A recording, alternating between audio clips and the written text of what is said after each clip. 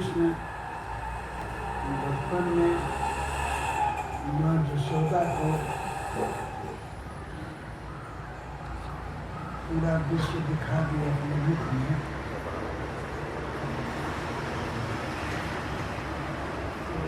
वो दृश्य देखने के बाद माँ यशोदा अनेक विचारों में पड़ गई। ये क्यों उपस्थित हुआ है? ऐसी घटना है, एक दिन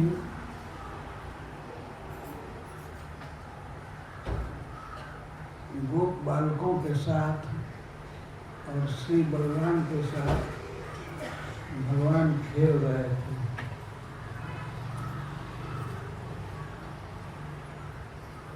एकदा क्रीडमानस्ते,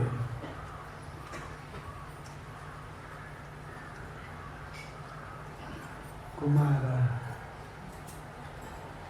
कृष्ण के साथ बालक खेल रहे थे।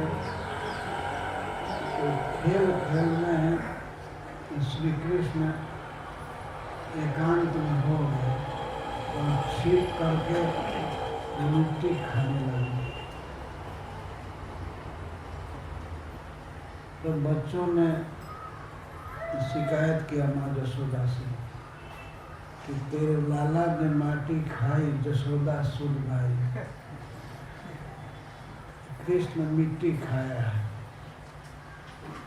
और कृष्ण उस समय मिट्टी मुंह नहीं लिए थे, अभी घूटे नहीं थे। तो माँ यशोदा हितैषी है, परम स्नेह मई कृष्ण के प्रति।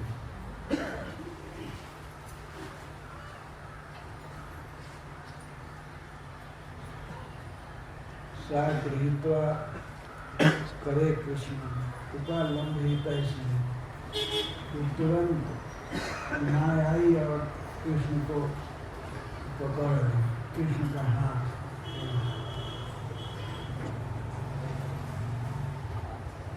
बच्चों ने कहा कि कृष्णो मृदम भक्षितवान, कृष्ण मिट्टी को खाया है।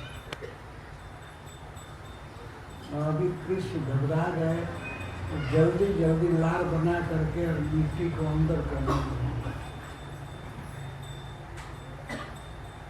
तो लगभग कर चुके, तो फिर भी उनको शंका थी कि मिट्टी कुछ मुख में लगा होगा, माँ देख लगी।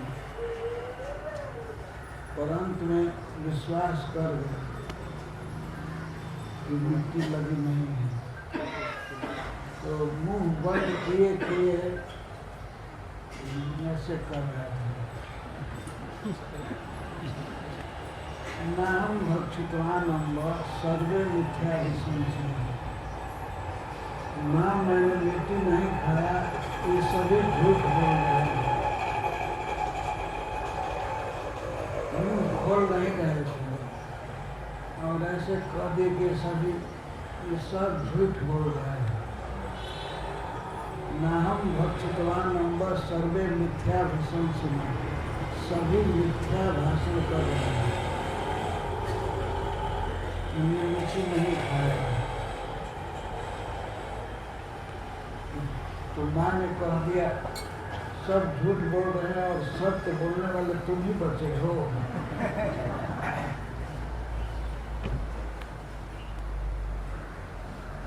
ये सभी झूठ बोल रहे हैं, भगवान ने कहा। तो माँ ने कहा यदि यह बात है कि सबके मत में तुम्हारा मत नहीं मिलता है, तुम इनको झूठ कह रहे हो, और बलराम भी है, तो तुम जरा मुंह खोलो। तो यदि एवं, माँ ने कहा यदि ऐसी बात है, ये सब झूठ बोल रहे हैं और तुम सत्य बोल रहे हो, यदि ऐसी बात है तो मुंह खोलो।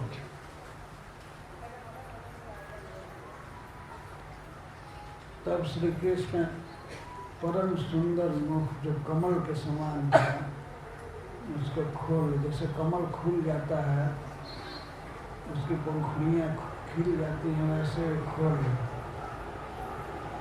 माँ ने सोचा यदि मिट्टी होगी मुख में तो निकालूंगी। कभी कभी बच्चे कुछ खा लेते हैं, कोई गलत चीज़, तो माँ निकालती है ना, मुंह से निकालती है, निकालो। एक बार एक व्यक्ति खा लिया था 8 आना पैसा। तो दौड़े लोग इसका निकालेंगे, 8 आना पेट में चला जाएगा। तो सब लोग को कोई उपाय नहीं सूझ रहा था, तो एक व्यक्ति आया और तुरंत उसने गला पकड़ गला पकड़ करके और कहा तुम खांस खांसा, तो ठंडी निकल गई। तब लोगों ने पूछा कि आप कौन हैं? तो उसने कहा कि मैं इनकम टैक्स ऑफिसर हूँ, मुझे पता है कि पैसा कहाँ से निकालना है। मैंने कथा कह दिया। इस तरह से माँ यशोदा सोचती थी कि मिट्टी निकलवाऊंगी, और मिट्टी क्या संपूर्ण भूमंडल, सारा भूमंडल नहीं, पूरा ब्रह्मांड भीतर था भगवान के मुख में, उन्होंने दिखा दिया। जो भक्त वृंदावन गए हैं वे लोग ब्रह्मांड घाट पर पहुंच जाए, वहाँ भगवान कृष्ण ने ये दृश्य दिखाया था माँ यशोदा, जहाँ पर लोग आज भी वहाँ की मिट्टी खाते हैं, मिट्टी का पेड़ा मिलता है।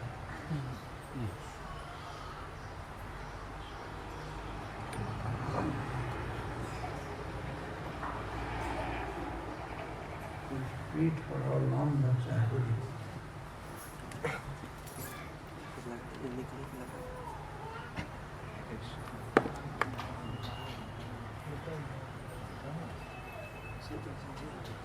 तो श्री कृष्ण ने मुख खोला तो उसमें माँ यशोदा ने सारे विश्व को देखा।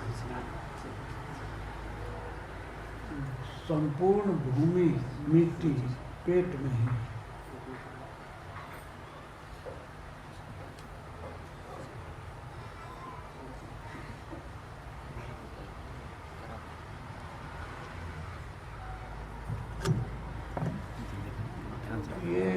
टेबल बना देते इसके लिए, पुस्तक के लिए, तो बहुत ज़्यादा खर्च हो जाएगा क्या?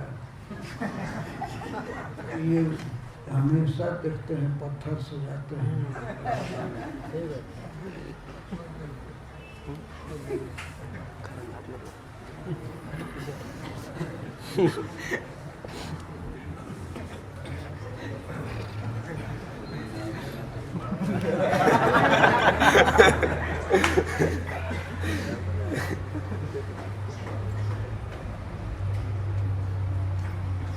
आइए ब्रह्मांड घाट पर,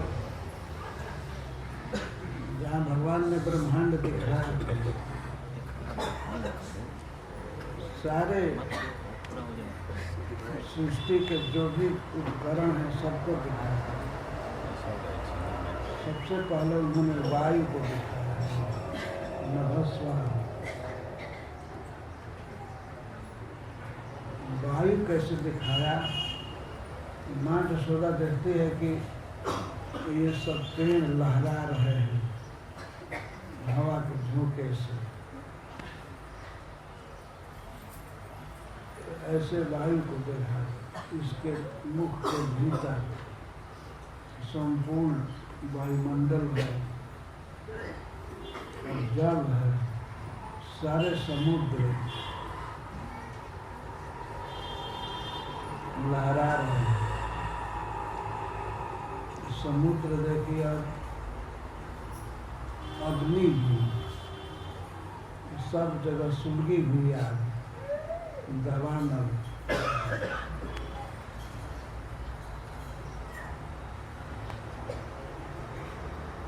पृथ्वी देखा, वायु देखा और आकाश।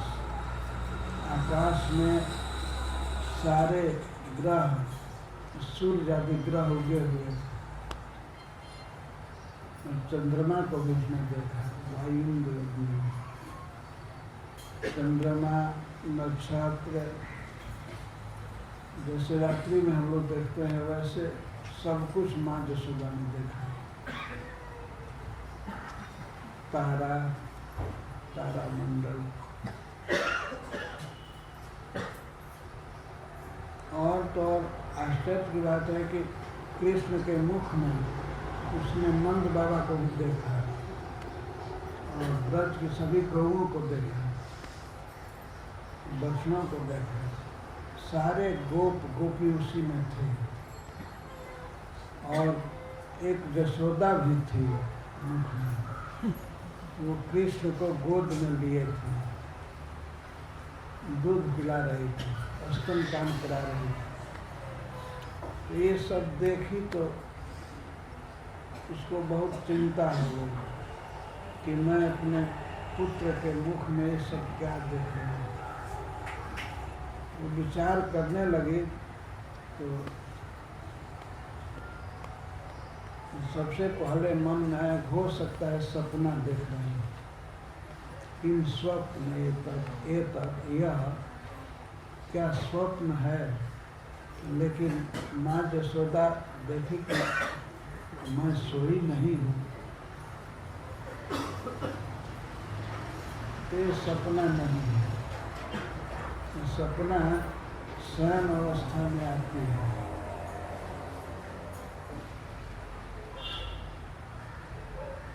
किम स्वप्न है, तब क्या यह स्वप्न है। अंत में स्वयं उसने निश्चय किया सपना नहीं है। तब किम देव माया, तो क्या यह देवता की माया है। देवता लोग ऐसे दृश्य दिखा सकते हैं, लेकिन माँ ने सोचा कि नहीं, हमको क्यों भ्रम में डाले। देवता नहीं किए।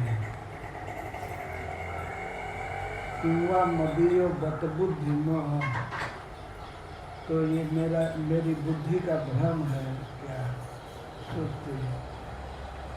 मेरे बुद्धि का भ्रम हो सकता है, मेरी बुद्धि खराब हो गई। छोटे से बच्चे के छोटे से मुख में ये सब चीज़ कैसे आंक सकती है। तो ये अपनी बुद्धि का भ्रम है, मोह है।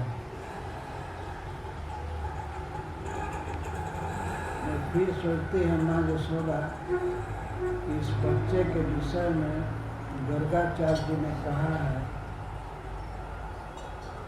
तो कहीं ऐसा तो नहीं है कि हमारे बच्चे का ही यह कोई प्रभाव है और तत्विक प्रभाव, जन्म से ही इसमें विलक्षणता है। जैसे इतनी बड़ी राक्षसी मर गई इसके सामने, उसको दूध पिलाई, मर गई और ये नहीं मरा, तो इसमें जन्म से ही, उत्पत्ति से ही विशेषता है और प्रतीक योग है। इसमें अचिंत शक्ति है, तो कहीं इसी का तो यह चमत्कार नहीं है, यही नहीं दिखाया है। तो वास्तविक बात यह है कि सब कुछ उसके बच्चे का ही था, पर फिर भी एक निश्चय पर नहीं आ सके।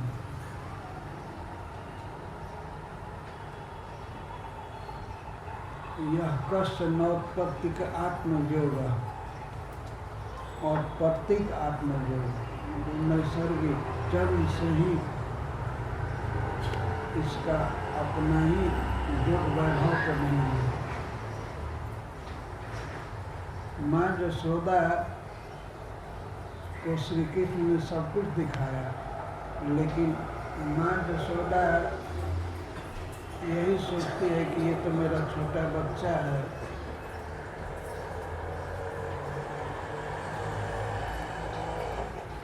थोड़े देर के लिए बाद विचार आया कि हो सकता है इसका ये प्रभाव हो, इसकी शक्ति हो, लेकिन तुरंत ही भूल गई।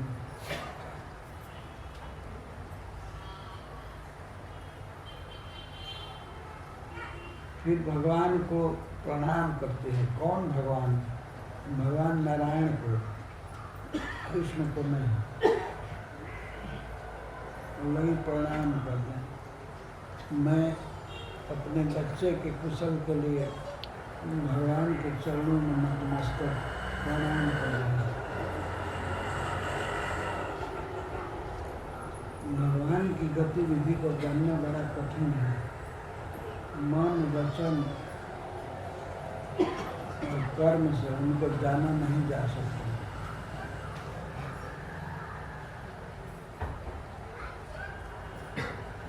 तो वे प्रभु हमारे बच्चे को स्वस्थ रखें, कुशल रखें, ये क्या मुख में देख रहे हैं वो सब।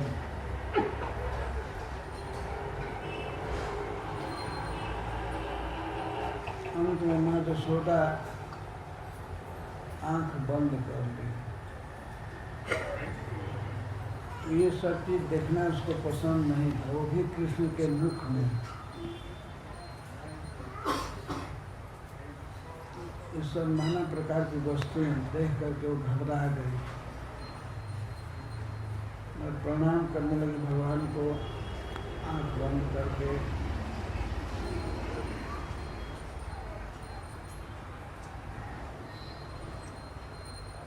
तो भगवान कृष्ण ने देखा कि मेरी माँ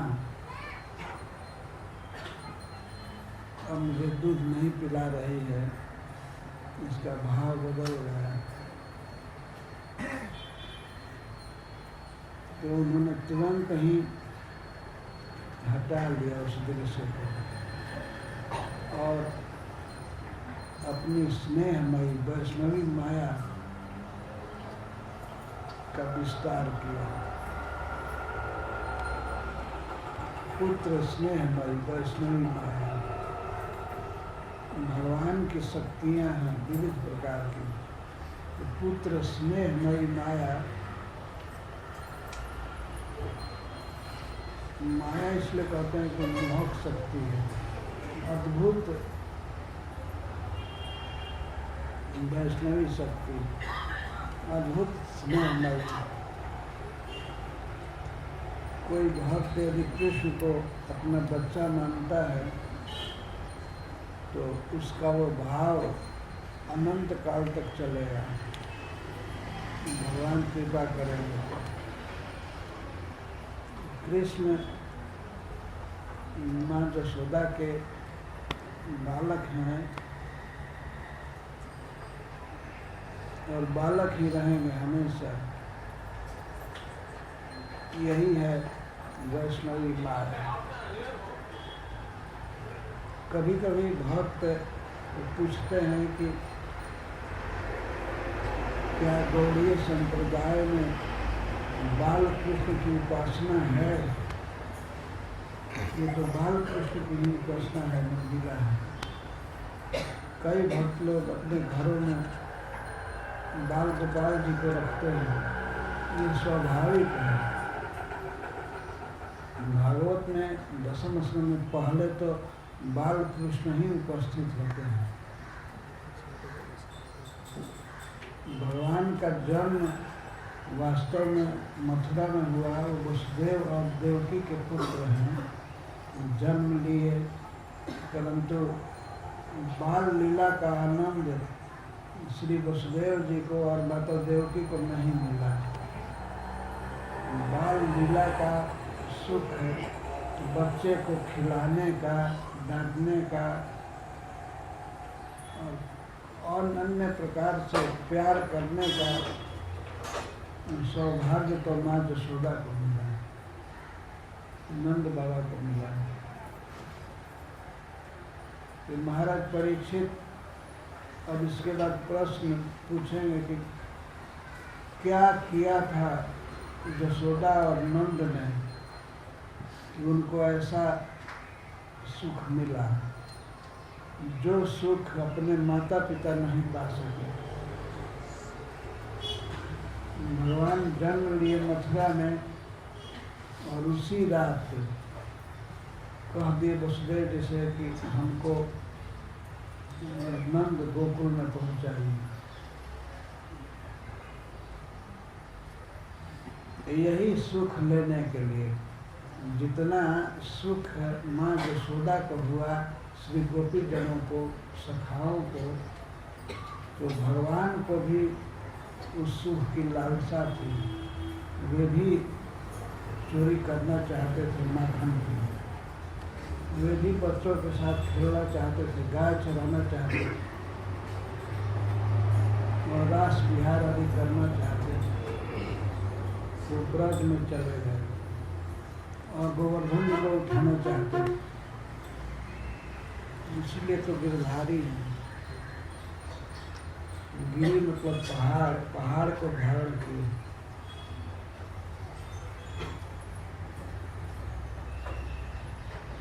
और बांसुरी भी उठाए रहते हैं। बांसुरी बजाने के लिए, सखाओं के साथ खेलने के लिए, माँ यशोदा के हाथ से बंधवाने के लिए भगवान को बहुत लालसा, इसीलिए ब्रज में आया।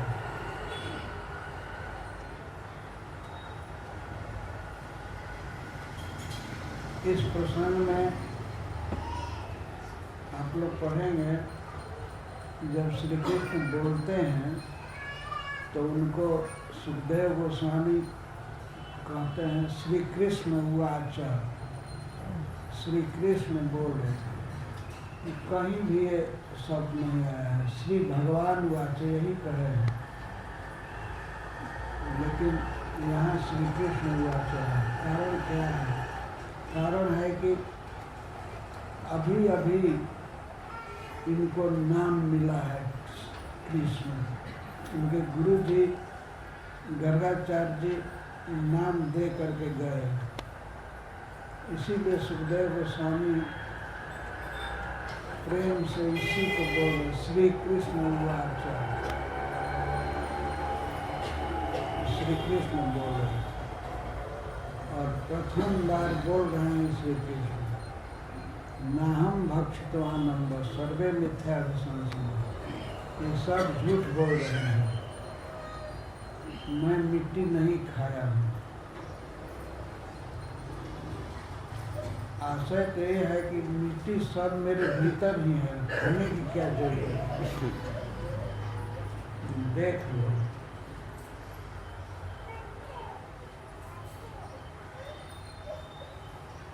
कोई पाव भर या 50 ग्राम मिट्टी नहीं खाया हूँ।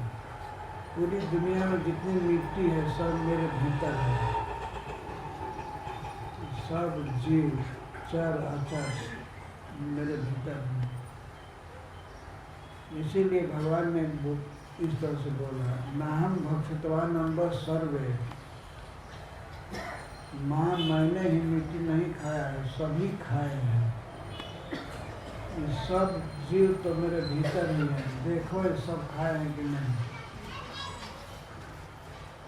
तो ये सब मिट्टी खाए हैं, मैं ही नहीं खाया हूँ। और ये कहते हैं कि कृष्ण मिट्टी खाया है, तो ये झूठ बोलते हैं।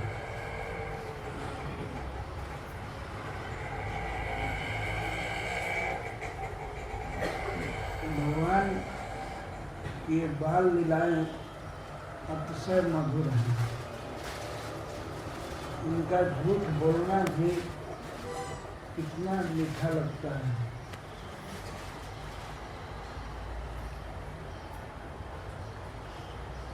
अभी अभी मिट्टी खाए हैं और कहते हैं कि नहीं खाया, और सिद्ध कर दिए नहीं खाए।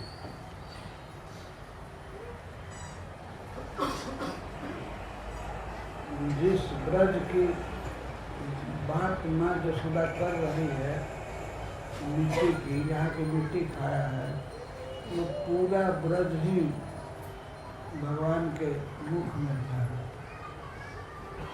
और माँ यशोदा भी थी।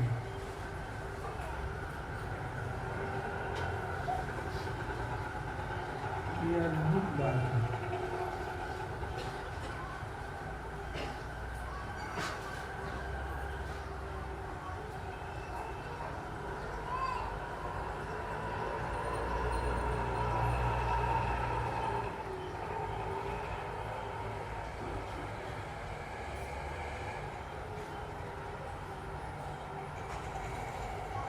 क्या आप लोग ये सोचते हैं कि कृष्ण झूठ बोले? नहीं, वो झूठ बोल ही नहीं सकते। वो चाहेंगे तभी नहीं बोल पाएंगे। वो सत्य स्वरूप है। जो सत्य स्वरूप है उसके मुख से झूठ निकल ही नहीं सकता।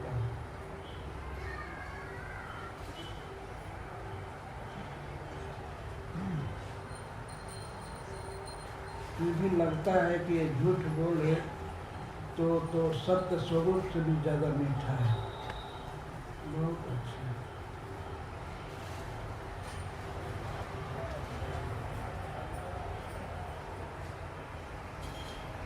जब भगवान श्री कृष्ण गोपी जनों के घरों में जाते हैं माखन चोरी करने और पकड़ लेते हैं, पकड़ करके हाथ यशोदा के पास ले जाते हैं, दिखाते हैं माँ तुम्हारे लाला ने हमारे घर में माखन खाया और मटकी भी फोड़ दिया है।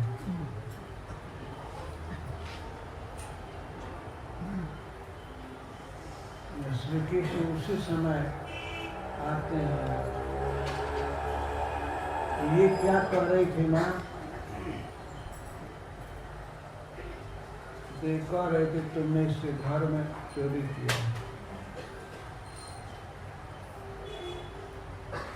उसका घर में जानता ही नहीं किस मोहल्ला में है, कहाँ घर है।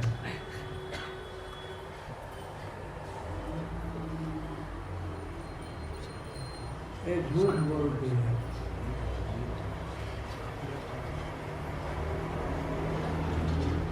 तो श्री कृष्ण सभी घर को अपना घर समझते हैं। तो झूठ कहाँ बोले? अपने घर में चले गए, चुरा कर खाए, चाहे मान करके खाए। अपने घर में आदमी है और चोरी की लीला करे तो चोरी नहीं है। अपना सब कुछ है, माखन भी, दही भी, दूध, सब कुछ श्री कृष्ण का है। तो चुरा करके खाएं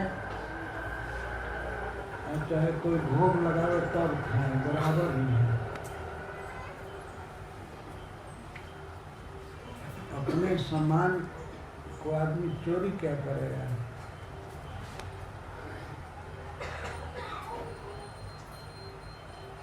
आप अपने घर में दही जमाया हुआ है और जा करके खाएं तो चोरी थोड़े है। चोर वास्तव में हम लोग हैं। पूरी दुनिया में भगवान की वस्तु को अपना मान रहे हैं। जो कुछ भी है सब कुछ भगवान का। ईशावास निधन सर्व है। ईश्वरोपनिषद में कहा गया है कि ईशावास निधन सर्व, इस विश्व में जो भी वस्तु है सब ईश्वर की है।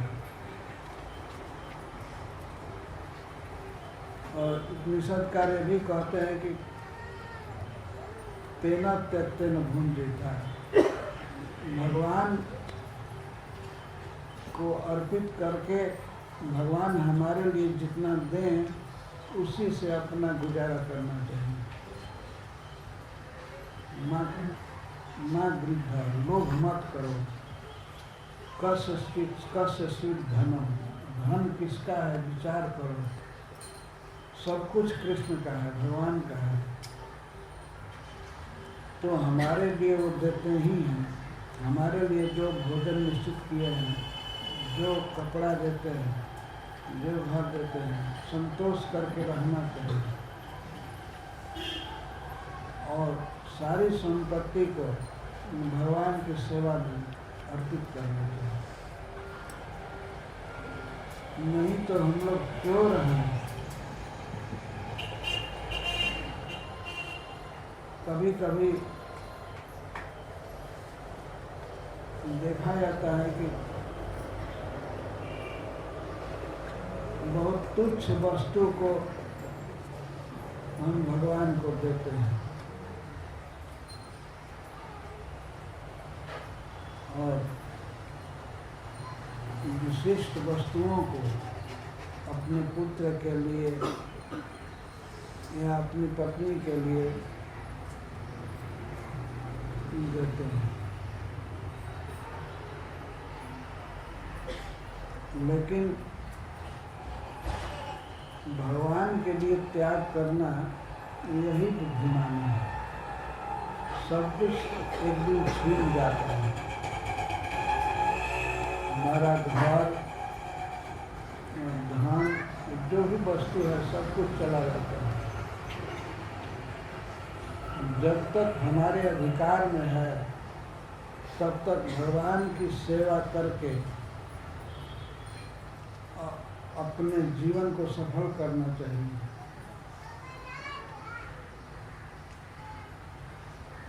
अब चला तो जाएगा ही, अंत में शरीर भी जाएगा और शरीर के साथ शरीर के संबंधी धन, घर, खेत सब चला जाएगा। मृत्यु सर्वहरश्चाह। भगवान गीता में कहते हैं, मैं मृत्यु हूँ, सब कुछ छीन लेने वाली मृत्यु। मृत्यु होती है तो सब कुछ छीन जाता है। सर्वहरा, कहीं कुछ बचता नहीं, सब कुछ छीन लेता है। मृत्यु सर्वहरश्चाह।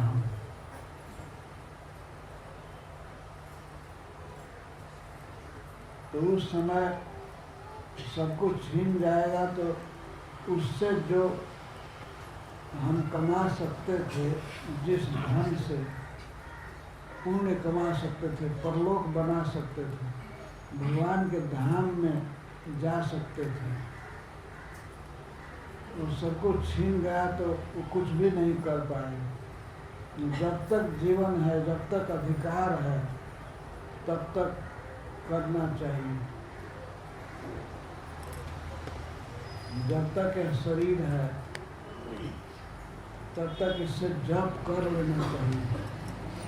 हरे कृष्णा कृष्णा कृष्णा हरे हरे, हरे राम राम राम हरे हरे। एक दिन ऐसा आएगा जबकि जीभ रहते हुए भी बोलने की शक्ति नहीं रहेगी। बोलने की शक्ति है तो भगवान का नाम बोलना चाहिए, भागवत पढ़ना चाहिए,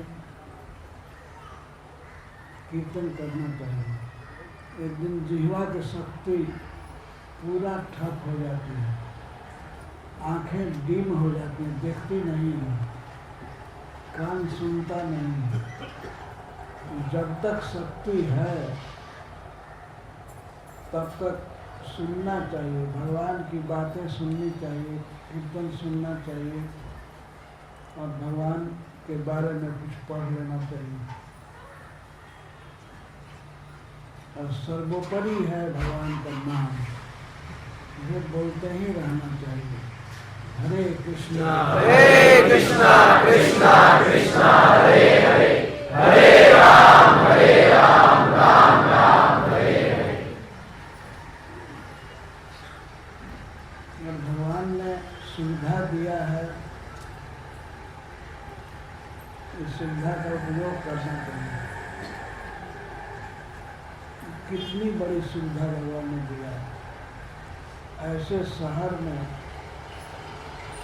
श्रील प्रभुपाद जी के द्वारा प्रेरित होकर भक्तों ने इतना सुंदर मंदिर बनाया कि जहाँ आप केवल आ करके पूरा लाभ ले सकते हैं।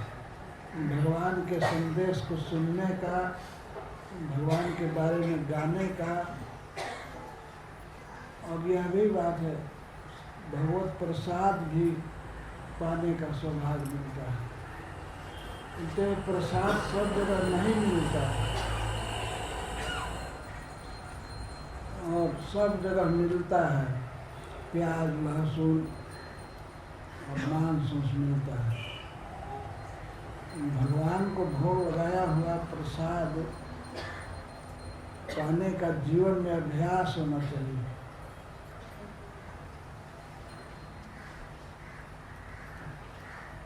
श्रील प्रभुपाद जी बार बार इसको कहते हैं,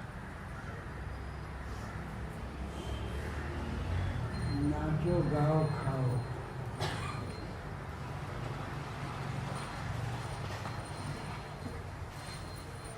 हम लोग घर पर भी भगवान को भोग लगा करके खा सकते हैं।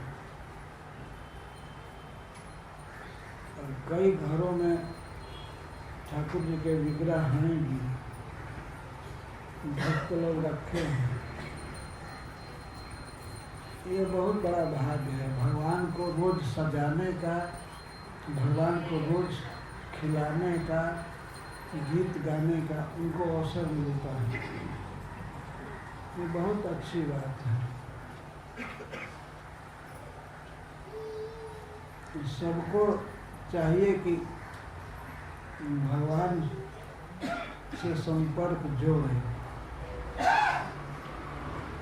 मुख्य ट्रेनिंग मंदिर में ले करके और भगवान से प्रेम करना सीखना।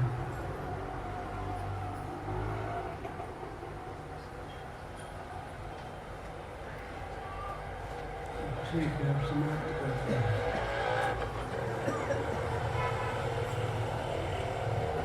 जय श्री प्रभुपाद।